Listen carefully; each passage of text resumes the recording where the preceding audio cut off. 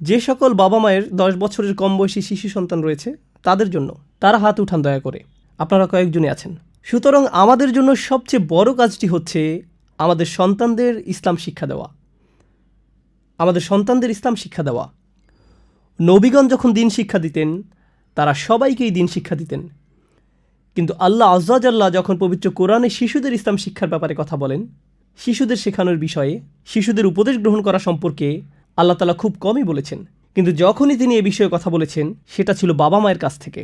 আবার শুনুন, আল্লাহ আজ্জা জাল্লা যখনই পবিত্র কোরআনে শিশুদের পথ নির্দেশনা গ্রহণ করা সম্পর্কে কথা বলেছেন, সেটা সব সময় ছিল বাবা মার কাছ থেকে, এবং বাবা মায়ের মধ্যে সেটা সব সময় বাবার কাছ থেকে।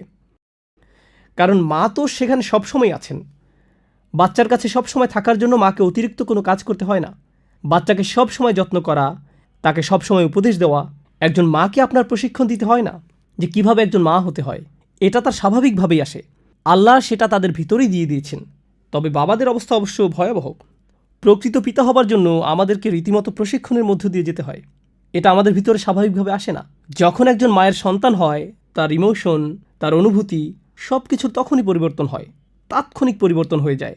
আর একজন বাবার 3-4 দিন চলে যাওয়ার পর যখন কোনো বন্ধু বলে, আরে শুনলাম তোমার নাকি একটা বাচ্চা হয়েছে, হ্যাঁ ভাই, এটা এখনও আমাকে নাড়া দেয়নি। somebody needs to hit you, so it hits you। মানে কারো আপনাকে নাড়া দেওয়া প্রয়োজন, তাহলেই সেটা আপনাকে ধাক্কা দিবে। আমি কি বলতে চাচ্ছি আপনারা বুঝতে পারছেন? এটা আমাকে এখনও নাড়া দেয়নি, কারণ পিতৃত্বের অনুভূতি আমাদের কাছে স্বাভাবিক নয়। আর এজন্য আল্লাহ লুকমান আলাইহিস সালামের কথা উল্লেখ করেছেন, সময় তৈরি করা, সঠিক সুযোগ বের করা এবং তারপর ছেলের সাথে কথা বলা। আমরা দেখতে পাই ইয়াকুব আলাইহিস সালাম তার ছেলেদের সাথে কথা বলেছেন, ইয়া বানিয়া ইন্নাল্লাহ আস্তাফা লাকুমুদ্দিন। আমরা দেখতে পাই ইব্রাহিম আলাইহিস সালামও তার ছেলেদের সাথে এই কথাগুলো বলেছেন। একই পরামর্শ যা ইয়াকুব আলাইহিস সালাম তার ছেলেদেরকেও দিয়েছিলেন। এটা বেশ চমকপ্রদ, কারণ এটা আপনাকে বলছে যে বাবা তার সন্তানকে শুধু নিজেকে কিভাবে বড় করা যায় শেখাননি, বরং শিখিয়েছেন কিভাবে একজন ভালো বাবা হতে হয়। আমরা আমাদের সন্তানদেরকে শেখাবো কিভাবে একদিন তারাও ভালো বাবা হতে পারবে, কারণ ইব্রাহিম ইসহাককে এই শিক্ষা দিয়েছিলেন, আর ইসহাক ইয়াকুবকে এই শিক্ষাই দিয়েছিলেন। আর কোরআন কি বলছে? ইব্রাহিম আর ইয়াকুব মানে দাদা এবং নাতি একদম একই কথা বলেছেন। তারা কি একই সময়ে এই কথা বলেছিলেন? না, তারা এই কথা বলেছিলেন একে অপর থেকে 2 প্রজন্ম আলাদা হয়েও। ইব্রাহিম আলাইহিস সালাম কথা বলেছিলেন ইসমাইল ও ইসহাকের সাথে, আর ইয়াকুব আলাইহিস সালাম কথা বলেছিলেন তার 11 জন ছেলের সাথে। কিন্তু তারা ঠিক একই কথা বলেছেন, ওয়াসা বিহা ইব্রাহিমু বানিহি ওয়া ইয়াকুব ইয়া বানিয়া ইন্নাল্লাহ আস্তাফা লাকুমুদ্দিন ফালা তামুতুন্না ইল্লা ওয়া আনতুম মুসলিমুন। এটা অবিশ্বাস্য যে আল্লাহ তাআলা বলেছেন দাদা ও নাতি ঠিক একই পরামর্শ দিয়েছিলেন। কেন? কারণ এই তারবিয়াটি প্রজন্ম থেকে প্রজন্ম চলে আসছিল, শুধু একজন ভালো ছেলে হবার জন্য নয়, কিন্তু কিভাবে একদিন একজন ভালো বাবা হওয়া যায় সেজন্য। কিভাবে একজন ভালো বাবা হওয়া যায়, এটাই তারবিয়া।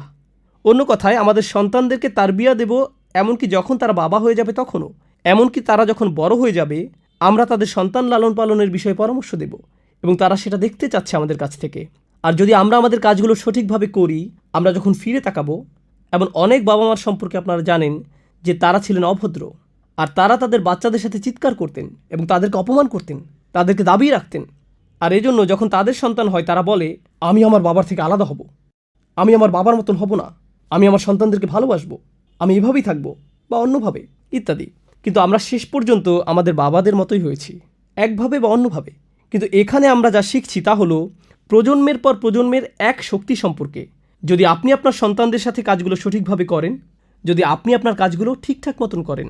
যাই হোক, আরেকটি গুরুত্বপূর্ণ প্রশ্ন, ইব্রাহিমের সন্তানরা কি ইয়াকুবের সন্তানদের মতো একই রকম ছিল? ইব্রাহিম আলাইহিস সালামের সন্তান কারা ছিলেন? ইসমাইল ও ইসহাক। ইয়াকুবের সন্তান কারা ছিলেন?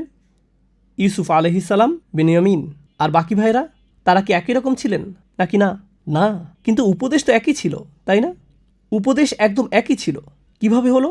আল্লাহ তাআলা আমাদেরকে যা বলছেন, এখানে আমাদের যা শিক্ষা দিচ্ছেন সেটা হলো, এটা এমন কোনো বিষয়ই না আপনার সন্তান শান্ত বা বেয়ারা হোক, আপনাকে আপনার কাজ করতে হবে।